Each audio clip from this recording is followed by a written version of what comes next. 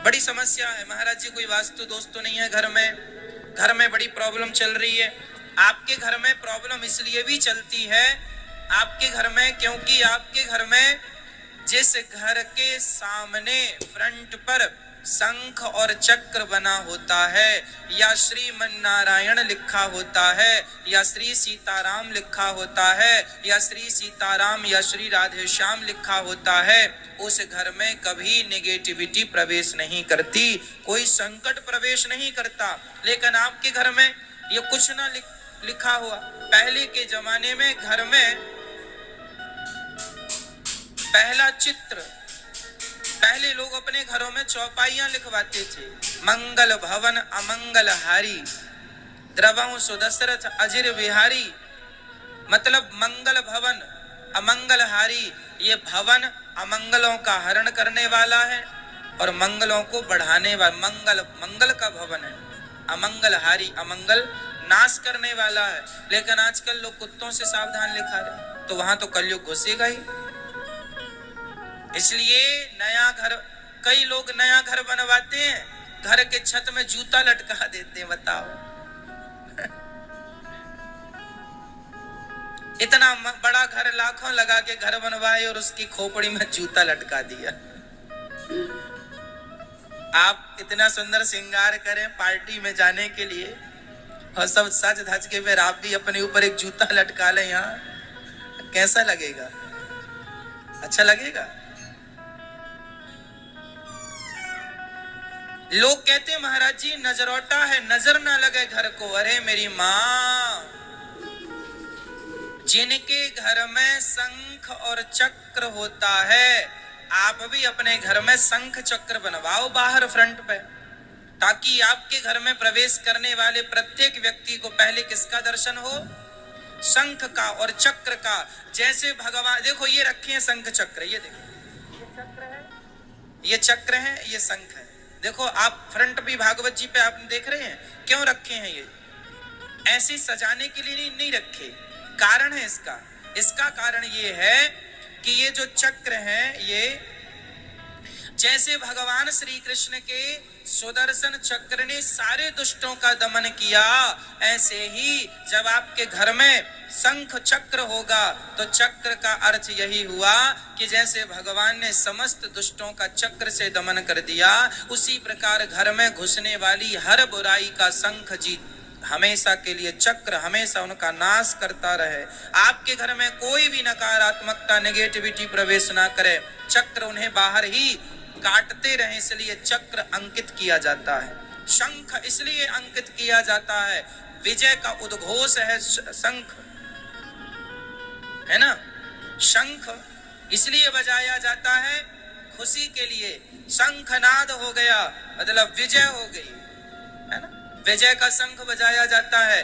तो जिसके घर में सदा विजय का शंख बजता रहे, खुशियों का शंखनाद होता रहे, तो शंख और चक्र इसलिए घर में अंकित किया जाता है ना? ये शंख चक्र ताकि आप लोग दर्शन करते रहें। जगन्नाथपुरी के मंदिर में जगन्नाथ भगवान, देखो जगन्नाथपुरी के मंदिर में जगन्नाथ जी के मंदिर के ऊपर चक्र रखा हुआ है, आपने कभी गौर किया?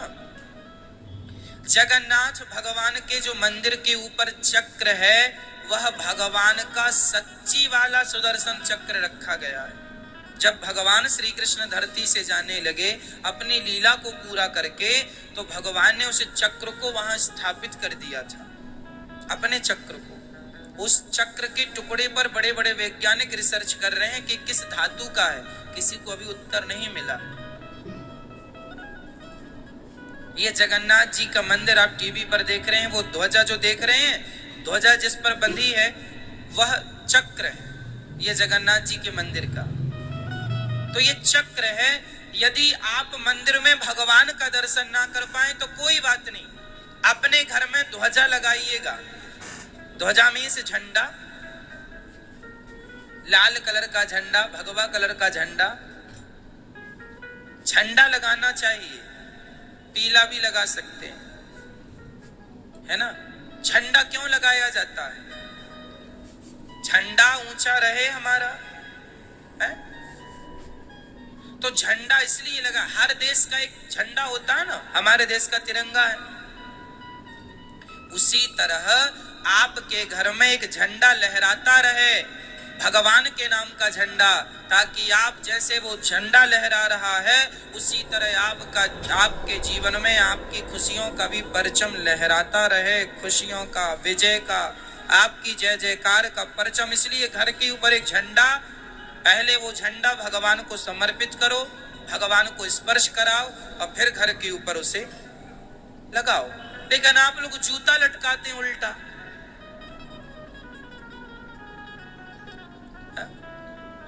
शंख चक्र नहीं बनवाते, चौपाइयां लिखवाओ अपने घर के सामने, फ्रंट पर, बाउंड्री की दीवार में या गेट पर अच्छी सी, जहां स्पेस हो, जहां जगह हो, चौपाई लिखवाओ, मंगल भवन अमंगल हारी, ये चौपाई। घर में फिर कभी जो आपके घर में बड़ा क्लेश है, बड़ा कष्ट है, बड़ी लड़ाइयां चल रही हैं, झगड़ा तू मैं चल रहा, कुछ नहीं होगा। ये घर शुद्ध होना चाहिए। घर में जाते ही, कई लोगों के घर में आपने देखा है, जाते ही ना एक पॉजिटिव एनर्जी दिखती है, एक अच्छा लगता है, बहुत अच्छा। कई बार ना किसी के घर में जाते ना बिल्कुल ऐसा लगता कि हम जेल में आ गए, है ना, कहाँ आ गए, मतलब एक नेगेटिविटी है उसके घर में, होता है। धरती का भी प्रभाव पड़ता है, घरों का बहुत बड़ा प्रभाव होता है। घर कैसे होने चाहिए? कोशिश ऐसी हो, आज के जमाने में पता है लोग ना सड़क में भी घर बना लेते हैं अपना। आपके घर के आगे 5 फीट की गली है तो घर बनाने वाले ने थोड़ा सा गली भी दबा ली, है ना, गली दबा ली, आधे फुट दबा ली, उसको लगा मेरा घर बड़ा हो जाएगा, बड़ा नहीं होगा, छोटा हो जाएगा। पगले, कैसे छोटा हो जाएगा? तुम्हारे घर में वास्तु दोष लग जाएगा। उस घर में वास्तु दोष काम नहीं करता। हम जब बता रहे हैं आपको, जब भी घर बनाया करो तो कोशिश ये हो कि घर के चारों तरफ थोड़ी थोड़ी, भले 2-2 फीट जगह छोटी हो, पूरे घर के चारों तरफ घर की जगह छोटी हो, घर की परिक्रमा लग सके। जिस घर की परिक्रमा लग रही है, जिस घर में चारों तरफ भले 2-2 फीट की जगह छोटी है, उस घर में कोई वास्तु दोष नहीं लगता, है ना। यदि घर में नेचुरल प्रकाश आ रहा है सूर्य भगवान का, तो उस घर में कोई वास्तु दोष नहीं होता, ठीक है। तो प्रकाश, आप जब नया घर बनवाइए तो कोशिश यही करिए कि 2-2 फीट ही सही, 4-4 फीट ही सही चारों तरफ, ताकि घर की परिक्रमा, साफ सफाई भी होती रहे, घर की प्रदक्षिणा होती रहे, है ना। तो घर सुंदर भी दिखेगा, अच्छा भी होगा, प्रॉपर जगह पे लाइट बात हो, प्रॉपर जगह पे रसोई हो, है ना। ये सब वास्तु है। चलो हम वास्तु के टिप्स आपको अभी ना दें, क्योंकि जब घर बनाएंगे तो आप गूगल पर सर्च कर लेंगे, आपको पता लग जाएगा कहाँ क्या है, कहाँ क्या नहीं है, कहाँ क्या होना चाहिए, तो सब गूगल में आजकल मिल जाता है। हम ये बोलेंगे कि थोड़ा ध्यान जरूर दिया करो, है ना। चलिए अब हम ये बताएंगे जो गूगल में नहीं मिलेगा, वो हम आपको बताएं कि जब भी नया घर बनवाएंगे या आप अपने घर में अब जाएंगे तो आप अभी जैसे आने वाली पूर्णिमा है, पूर्णिमा के दिन ही आप एक ध्वजा लाइए, ध्वजा का पूजन कीजिए, ध्वजा में स्वास्तिक बनाइए और अपने घर के ऊपर फ्रंट पे चढ़ा दीजिए। ये ध्वजारोहण हो जाता है, ठीक है। एक पेंटर को बुलाइए, घर के आगे में जहां देखिए बढ़िया सजाकर शंख चक्र ऐसे जैसे ये रखे हैं सामने, शंख और चक्र बनवाइए, शंख चक्र अंकित कराइए और बीच में तिलक। ये तिलक का, मेरे माथे पर तिलक देख रहे हैं आप, और जैसा तिलक आप सामने देख रहे हैं ये तिलक है। ये क्या है? ये देखो, ये भगवान के चरण है। तिलक का अर्थ क्या होता है? भगवान के, ये देखो आप टीवी पर देख पा रहे हैं, ये देखो ये बीच में जो है तिलक, तिलक में क्या है? ये भगवान के चरण बने हैं। भगवान के चरणों में शंख भी होता है, चक्र भी होता है, ध्वजा भी होती है, मत्स्य भी होते हैं, कक्षप भी होते हैं, ऐसे आयुध होते हैं भगवान के चरणों में। तो भगवान के जो चरण हैं, वह दोनों चरण ऐसे मेरे माथे पर खड़े हैं ऊपर की तरफ, ये सफेद कलर के, और बीच में जो लाल है वह माता लक्ष्मी है, और यह जो नीचे नाक की तरफ है वह भगवान के चरणों को रखने की आसन है। जैसा कि अभी आपने टीवी पर देखा, आसन और फिर उसमें चरण। तो आप भी अपने घर में ऐसा तिलक बनवाइए और तिलक के दोनों तरफ शंख चक्र। इससे क्या होगा, आपके घर में, मैं लिखित में दे सकता हूं कि आपके घर में नकारात्मकता कभी प्रवेश नहीं करेगी, एक पॉजिटिव माहौल बन जाएगा, सकारात्मकता आएगी और घर की सारी नेगेटिविटी चली जाएगी। 10 मिनट 15 मिनट रोज कीर्तन किया करो अपने घर में, श्रीमन्नारायण श्रीमन्नारायण श्रीमन्नारायण चरणौ शरणं प्रपद्ये श्रीमते नारायणाय नमः, श्रीमन्नारायण चरणौ शरणं प्रपद्ये श्रीमते नारायणाय नमः। क्यों? कीर्तन करने से क्या होता महाराज जी? कारण है ना, बहुत बड़ा कारण है। गर्मी के दिनों में यदि आपके कमरे में एसी चल रही है तो क्या गर्मी का प्रभाव आपके कमरे में होगा? नहीं ना। कितनी भी गर्मी हो, टेम्परेचर 50-55 ही क्यों ना हो, पर आपके घर में कमरे में एसी चल रही है बहुत देर से, कमरा बिल्कुल ठंडा है, इतना ठंडा हो जाता है कि रजाई भी कंबल भी ओढ़ना पड़ सकता है, हाँ या ना? गर्मी तो है मेरी माँ, पर एसी के सामने गर्मी का प्रभाव शून्य हो जाता है। उसी प्रकार कलयुग तो है मेरी माँ, पर जहाँ कीर्तन भजन सत्संग होता है, भगवान का नाम होता है, वहाँ कलयुग का प्रभाव बिल्कुल शून्य हो जाता है, वहाँ जहाँ भगवान का नाम जपा जाता है। इसलिए अपने घर में रोज कीर्तन करो, आधा घंटा रोज बैठो, पति पत्नी बेटा बेटी सब बैठो और श्रीमन्नारायण श्रीमन्नारायण श्रीमन्नारायण रोज जाप करो। आपके घर में कलयुग नहीं प्रवेश करेगा, बच्चों की बुद्धि निर्मल होगी, आपके काम करने में मन लगेगा। जो आप परेशान हैं, उजड़े से रहते हैं, खिंचे रहते हैं, चिड़चिड़ापन होता है, सब समाप्त हो जाएगा। एक प्रसन्नता आएगी, चेहरे पे मुस्कान बनी रहेगी, सदा होठों पे मुस्कान बनी रहे, है ना। इसलिए तो हम लोग दिन रात मेहनत करते हैं, आप लोग दिन रात काम करते हैं, पैसे कमाते हैं, दिन रात घर से दूर रहते हैं, काहे के लिए? इसलिए ना कि कुछ मुस्कान आपके होठों पे आए, आपकी पत्नी के होठों पे, आपके बच्चों के होठों पे मुस्कान बनी रहे, खुशियां बनी रहे। अरे खुशियां पैसों से नहीं आती, भगवान का चिंतन करो, समर्पण करो तो खुशियां बढ़ेंगी। लेकिन आप खुशियों का गलत ही अर्थ लगाते हैं, आपको लगता पैसा आएगा तो खुशी आएगी। जिनके पास बहुत पैसा है खुशी नहीं है, क्यों? इसलिए समय निकाला करो मेरी माँ और भगवान का अधिक से अधिक चिंतन किया करो। तब आप अपने घर का, यदि घर के आगे लिखवाए हैं कुत्तों से सावधान, उसे हटाएंगे और उसकी जगह पे लिखाएंगे मंगल भवन अमंगल हारी द्रवहु सुदशरथ अजिर बिहारी, ये लिखवाएंगे, ठीक है। आपकी बाउंड्री में गेट के एक तरफ शंख एक तरफ चक्र, या फिर आपके जो आपका कमरा है, प्रवेश द्वार है, जहां से आपके घर में पहली एंट्री है, उस द्वार के ठीक ऊपर बीच में तिलक, इस तरफ शंख इस तरफ चक्र अंकित करवाएंगे, है ना। यह पीतल के ऐसे बने मिलते हैं, ये जो सामने रखे हैं ना, ये पीतल के भी मिलते हैं, पीतल के मिल जाते हैं, तो पीतल के बने बनाए मिल जाते हैं, उन्हें भी आप लाके, स्टील के मिल जाते हैं, स्टील वाले को ऑर्डर दे दो, वो बना देंगे। ये सैंपल दे, गूगल में डालना शंख चक्र, उसकी इमेज निकल के आ जाएगी, फोटो निकल के आ जाएगी। स्टील वाले को बोल दो वैसा बना देगा, और आपके घर में मेन द्वार के ऊपर लगाना। उससे क्या होगा कि आते जाते शंख चक्र पर आपका दर्शन, आपका नजर पड़ती रहेगी, जिससे घर की सारी नेगेटिविटी समाप्त हो जाएगी और घर में एक सुख शांति का वातावरण बनेगा। सबको करना है, अपने घर में क्या लगाना है? शंख और चक्र अंकित करना। स्टील के भी हो जाता है, पीतल के भी बन जाते हैं। ये ना हो तो पेंटर को बुला के पेंटिंग भी करा सकते हैं शंख चक्र। बस आपके आते जाते नजर पड़नी चाहिए बस, और नजर पड़े तो प्रणाम करो इस भाव से कि साक्षात भगवान के चरण है।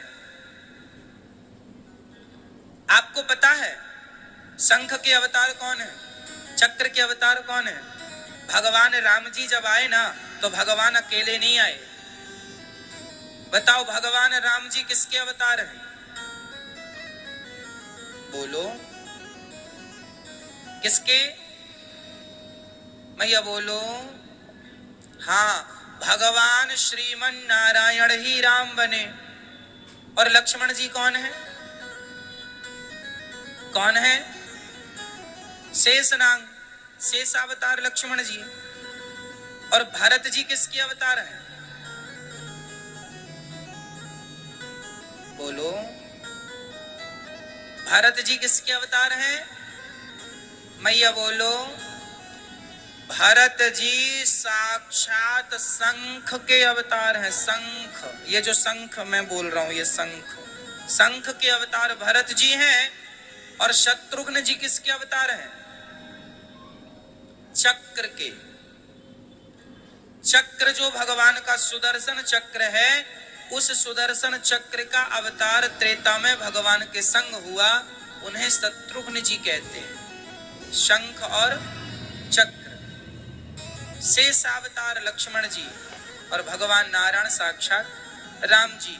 राम जी अपने पूरे परिकर के संग आए, पूरा परिकर। तो ये शुभ सूचक, हमारे सनातन धर्म में शंख चक्र तिलक को मंगल सूचक माना जाता है। क्या माना जाता है मेरी माँ? मंगल सूचक। जैसे हम लोग स्वास्तिक को मंगल सूचक मानते हैं, ओम को, ओम आ उमा ओम को मंगल सूचक मानते हैं, ऐसे शंख चक्र भी मंगल सूचक हैं। ये घर में होना अनिवार्य है।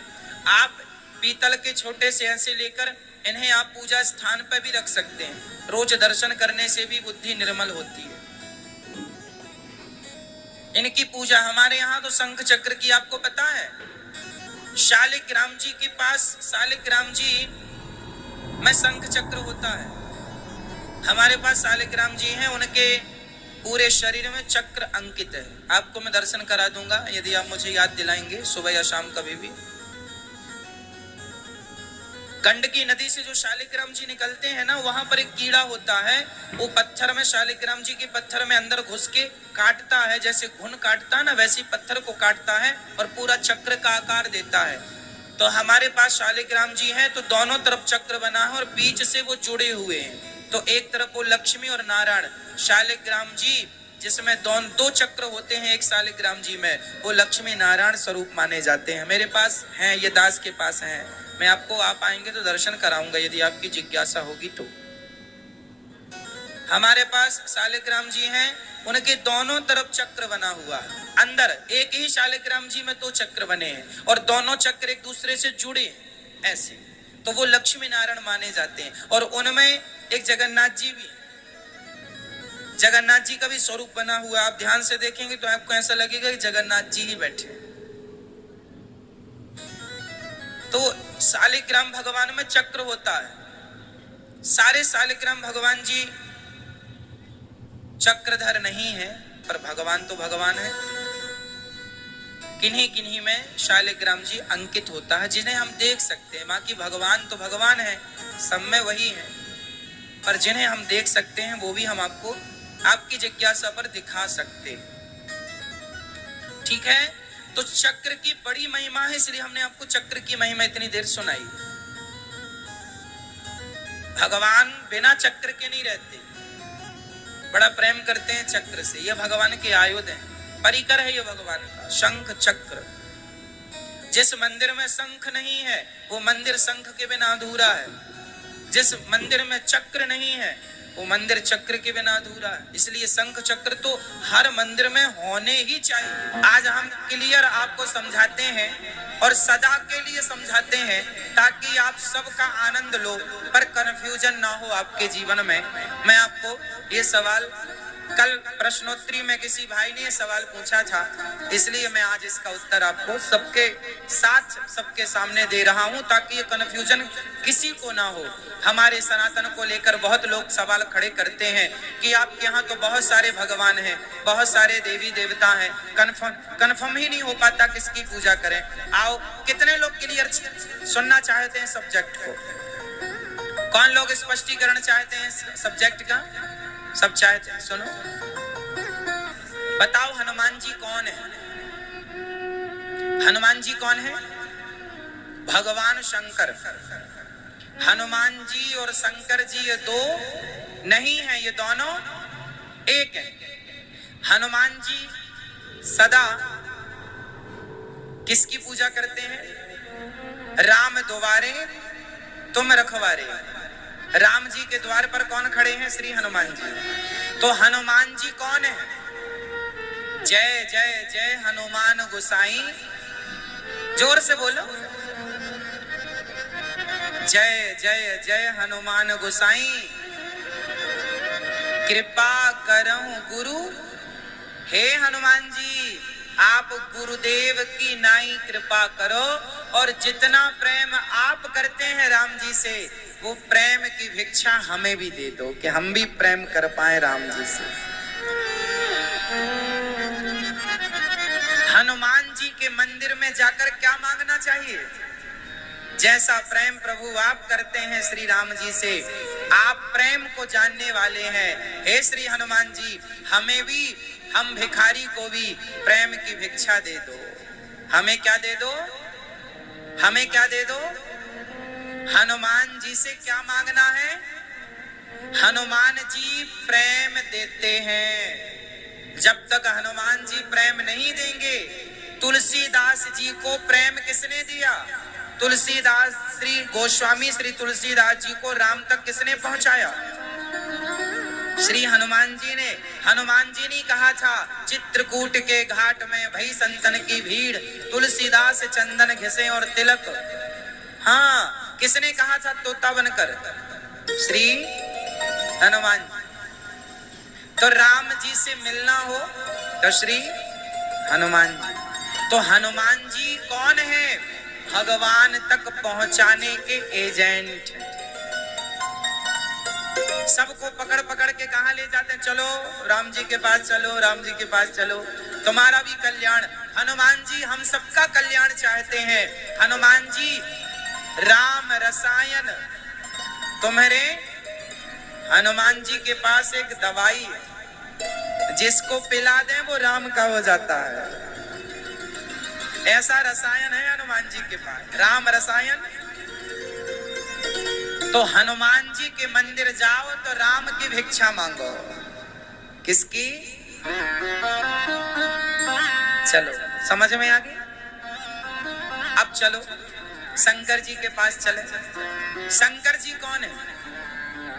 जरा शंकर जी का परिचय कराओ आप हमें। शंकर जी कौन है? काशी में जब कोई मरता है तो कहा जाता है कि उसकी मुक्ति हो जाती है। काशी की धरती में जो मरेगा उसकी क्या होगी? पर ये बताओ कि काशी में मरने वाले को मुक्ति देता कौन है? कौन? कौन? शंकर जी ना। शंकर जी मरने वाले व्यक्ति के कान में जाकर बोल देते हैं धीरे से, राम। काशी में मरने वाले आदमी स्त्री के कान में शंकर जी क्या बोलते हैं? ये बात हम नहीं कह रहे, गोस्वामी जी कह रहे हैं, लिखा है, मेरे संग बोलो। जासु नाम बल, जासु नाम बल शंकर काशी, देत सवहि सम गति अविनाशी। जिस नाम के बल पर शंकर जी काशी में मरने वाले को मुक्ति देते हैं, उस ठीक है। शंकर जी सदा वसंतम हृदयारविंदे। हाँ, शंकर जी के हृदय में कौन बसता है? राम। अयोध्या में राम जी आए, जन्म लिए कौशल्या मैया के यहाँ, तो शंकर जी राम लला का दर्शन करने आए कि नहीं? आज अवध की गलियों में नाचे जोगी मतवाला, अलख निरंजन खड़ा पुकारे देखूंगा कौशल्या का लाला। शंकर जी आए। हाँ, शंकर जी भगवान राम से प्यार करते हैं। किससे प्यार करते हैं? अब शंकर जी का कोई भक्त है तो शंकर जी का भक्त, शंकर जी के भक्त को शंकर जी क्या कहेंगे? जब आप शंकर जी के पास जाएंगे तो शंकर जी आपको गोद में उठाएंगे और गोद में उठा के ले जाकर प्रभु श्रीमन नारायण के चरणों में डाल देंगे। ये प्रभु आपका भक्त आया। या तो आप डायरेक्ट जाओ या इनडायरेक्ट जाओ, वाया।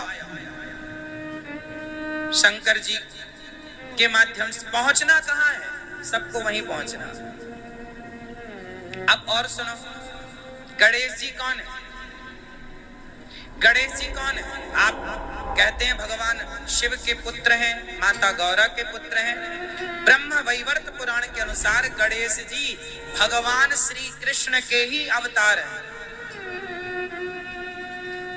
भगवान श्री कृष्ण के ही अवतार हैं गणेश जी, भगवान के ही अवतार श्री गणेश जी। अब और सुनो, भगवान नारायण ने 3 रूप बनाए, ब्रह्मा, विष्णु और महेश। ये तीनों का काम अलग अलग है। क्या क्या काम है? बिजली एक होती है, पर एक ही बिजली 3 फेसों में डिवाइड हो जाती है, 3 फेस। 3 फेस इसलिए ताकि वो आपके घर की व्यवस्था संभाल सकें। एसी, कूलर, पंखा 3 फेस से चलते हैं। कुछ साधन एसी वगैरह तो 3 फेस ही मांगती है, तो 3 फेस जरूरी है।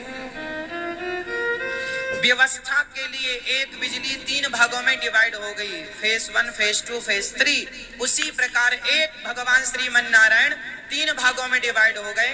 ब्रह्मा बनकर सृष्टि उत्पन्न करते हैं, विष्णु बनकर पालन और शिव बनकर संहार। ये व्यवस्था के लिए वह 3 हो गए हैं। एक बन गए कितने? 3। किसके लिए? व्यवस्था के लिए। ठीक है। अब राम जी और कृष्ण जी कौन कौन है? ये राम और कृष्ण कौन है? ये बताओ, राम जी और कृष्ण जी में बड़े कौन है? को बड़ छोट कहत अपराधू, छोटा बड़ा कहना और मानना ये अपराध है। छोटा बड़ा कहना और मानना क्या है? राम जी ही कृष्ण हैं और कृष्ण जी ही वह भगवान नारायण 24 अवतारों में जो प्रकट हुए, उन 24 अवतारों में 20वां अवतार भगवान श्री कृष्ण का है और 18वां अवतार भगवान श्री राम का है। वह एक ही, वही नरसिंह भगवान बने, वही वामन भगवान बने, वही धनवंतरी, वही मोहिनी, वही कच्छप, वही राम, वही कृष्ण। अनेक रूपाय विष्णवे प्रभु विष्णवे। तो भगवान कितने हुए टोटल? सबको जोड़ के कितना हुआ? जोर से। राम जी प्लस कृष्ण जी प्लस शिव जी प्लस हनुमान जी प्लस गणेश जी बराबर 1। ये बात, ये गणित सही है कि गलत है? क्योंकि सब एक ही तत्व है। जैसे जैसे माटी से घड़ा, माटी से सुराही, माटी से चिलम, माटी से अन्य खिलौने, सब अलग अलग नाम, अलग अलग रूपों में है, पर है सब में माटी। उसी प्रकार भगवान कभी 2 थे ही नहीं, भगवान एक है। जो भगवान शिव की पूजा करता है, भगवान शिव की पूजा करने का फल क्या है? बोले भगवान की भक्ति करने का फल है कि भगवान कृष्ण के चरणों में प्रेम हो जाना। जो भगवान शिव की उपासना करता है, उसी के हृदय में भगवान कृष्ण के प्रति प्रेम जागता है। इसका एक बढ़िया उदाहरण मैं आपको दूं। नरसिंह जी को कितने लोग जानते हैं? जो जानते हैं वो हाथ उठाओ। नरसिंह जी की भौजाई ने घर से निकाल दिया नरसिंह जी को। नरसिंह जी जंगल में गए, वहां एक शिव जी का मंदिर था, तो शिव जी पर जाकर के वो पड़ गए, गिर गए। शिवलिंग पर उनका माथा था और पड़े पड़े 7 दिन बीत गए, बिना खाए बिना पानी पिए मूर्छित पड़े रहे नरसिंह जी। शंकर जी वहां से गुजरे, शंकर जी ने कहा भक्त पड़ा है, प्रकट हो गए। नरसिंह जी कुछ मांग लो बेटा, मेरे चरणों में पड़े हो, बताओ क्या चाहते हो? नरसिंह जी ने खड़े होकर, भगवान शंकर ने कहा बेटा मैं प्रसन्न हूं, कुछ मांग लो। नरसिंह जी ने कहा हे भोले भंडारी, हे भोलेनाथ, यदि कुछ देना है। तब नरसिंह जी ने कहा हे भोलेनाथ मुझको और कछु ना चाहिए, बस राधा कृष्ण मिलई दे। मुझको और कछु ना चाहिए, बस राधा कृष्ण मिलई दे। नरसिंह जी ने शंकर जी से क्या मांगा कि हमें और कुछ ना चाहिए, राधा कृष्ण का दर्शन करा दो। हाँ या ना? ये बात सही है कि झूठी है? तो शंकर जी से क्या मांगा कि हमें राधा कृष्ण का दर्शन कराओ। शंकर जी बोले ठीक है। शंकर जी नरसिंह जी को ले गए और जहां भगवान विराजते हैं गोलोक धाम में, जहां नित्य उनकी रास लीला चलती है, वहां ले गए। भगवान कृष्ण ने शंकर जी का स्वागत किया। भोलेनाथ आओ। ये कौन है? प्रभु ये आपका भगत है, पर यहाँ आपका दर्शन करने आया है। तब भगवान ने अपने रास का दर्शन कराया। नरसिंह जी को अपनी घुंघरू उतार के नरसिंह जी के पांव में बांधी और कहा जब तुम केदार राग गाओगे तो मैं सदा तुम्हारे पास आया करूंगा, जो तुम मांगोगे तुम्हें दिया करूंगा। तो शंकर जी को प्रसन्न करने के बाद नरसिंह जी ने क्या मांगा? भगवान श्री कृष्ण का दर्शन, और शंकर जी ने करा दिया। तो शंकर जी के पास जाने वाला भक्त भी अंत में वो भगवान शंकर जी, या आप कहो कि हमें कृष्ण के पास जाना है, या तो भगवान शंकर ही उठाकर तुम्हें भगवान श्री कृष्ण के चरणों में ले जाएंगे। कुल मिलाकर भगवान तक पहुंचाने के लिए ये व्यवस्था है। मूल तत्व में भगवान एक ही है, वह राम, वह कृष्ण। अच्छा, राम जी कौन है? राम जी कौन है? राम जी कौन है? किनका अवतार है राम जी? रामाख्य ईशम हरिम। भगवान नारायण मीन्स हरि ही राम बन गए। भगवान नारायण कौन बन गए? हरि, मतलब हरि मीन्स राम, और भगवान नारायण श्री कृष्ण बन गए। क्या बन गए? वही है। तो राम और कृष्ण दोनों कौन है? साक्षात भगवान, भगवान श्रीमन नारायण। तो जब आप श्रीमन नारायण कहते हैं, जब आप राम कहते हैं, जब आप कृष्ण कहते हैं, तो आप सब कुछ कह लेते हैं, फिर कुछ कहने की जरूरत नहीं। जब आप इनकी शरण में आ गए तो सब खुश है ना? शंकर जी भी सदा हृदय में भगवान का। अब समस्या ये महाराज जी, हम दुर्गा जी के भक्त हैं, अब हमारा बताओ हम क्या करें? हम तो जय माता दी वाले हैं। दुर्गा जी, श्रीमन नारायण में श्री कौन है? आप बोलो श्रीमन नारायण, बोलो श्रीमन नारायण। आप बोलो श्री कौन है? इसमें श्री है ना, श्रीमन। श्री कौन है? श्री कौन? श्री कहते हैं माता लक्ष्मी को। श्री कौन है? वह माता लक्ष्मी ही राधा है, वह माता लक्ष्मी ही सीता है, वह लक्ष्मी ही दुर्गा, काली, महाकाली, भद्रकाली कौन है? जब शिव कौन है? शिव भी नारायण तत्व है। जब शिव नारायण तत्व है तो पार्वती कौन हुई? पार्वती लक्ष्मी तत्व हो गई। और वही पार्वती दुर्गा, काली, महाकाली, भद्रकाली जो नवरात्रि 9 देवियां हैं, ये कौन है? जब भगवान कृष्ण ने माता देवकी के गर्भ से जन्म लिया तो योग माया ने यशोदा माँ के गर्भ से जन्म लिया। यशोदा माँ ने एक बेटी को जन्म दिया था। जब श्री कृष्ण को रखकर वसुदेव जी यशोदा माँ की बेटी को लेकर आए, और जब कंस ने उस बेटी को पत्थर पर पटकना चाहा तो वो हाथ से छूटकर कहां चली गई? आकाश में। और कितने हाथ धारण किए? अष्टभुजाधारी वही महादेवी महा दुर्गा कहलाई। तो दुर्गा किसकी बेटी हुई? माता यशोदा की। विंध्यवासिनी मैया को जानते हैं आप? कंस ने जिस कन्या को पत्थर पर पटका, देवकी की बेटी समझकर वो कंस के हाथ से छूटकर आकाश में गई और अष्टभुजा धर के कहने लगी, मूर्ख तू मुझे क्या मारेगा, तुझे मारने वाला प्रकट हो गया। वह विंध्याचल पर्वत में जाकर विराजी, आज विंध्यवासिनी मैया के नाम से उन्हें जाना जाता है। तो वह देवी कौन है? यशोदा माँ की पुत्री। वह कौन है? माया। माया कौन है? लक्ष्मी स्वरूपा। तो दुर्गा, काली, महाकाली सब जब आपने श्रीमन नारायण कह दिया तो सारी देवियां श्री कह दिया तो राधा को भी प्रणाम हो गया, सीता माँ को भी प्रणाम हो गया, लक्ष्मी को भी, पार्वती को भी, और जितनी देवियां हैं सबका प्रणाम। श्रीमन नारायण कहते ही सबको प्रणाम हो गया, सबका आदर हो गया। इसलिए श्रीमन नारायण कहते ही सब हो गया। वह नारायण में राम भी आ गए, कृष्ण भी आ गए, ब्रह्मा विष्णु महेश सब आ गए। हाथी के पांव में सबके पांव आ गए। हाथी के पांव से फिर बड़ा किसी का पांव ये। अब आप शंकर जी के मंदिर जाओ तो यही कहो कि हे प्रभु, आप जिनको इष्ट मानते हैं, कोई राम का पुजारी, कोई कृष्ण को इष्ट माने, कोई राम को माने, हे प्रभु हमारे इष्ट के चरणों में हमारी प्रीति बढ़े, हमारा प्रेम बढ़े, यही मान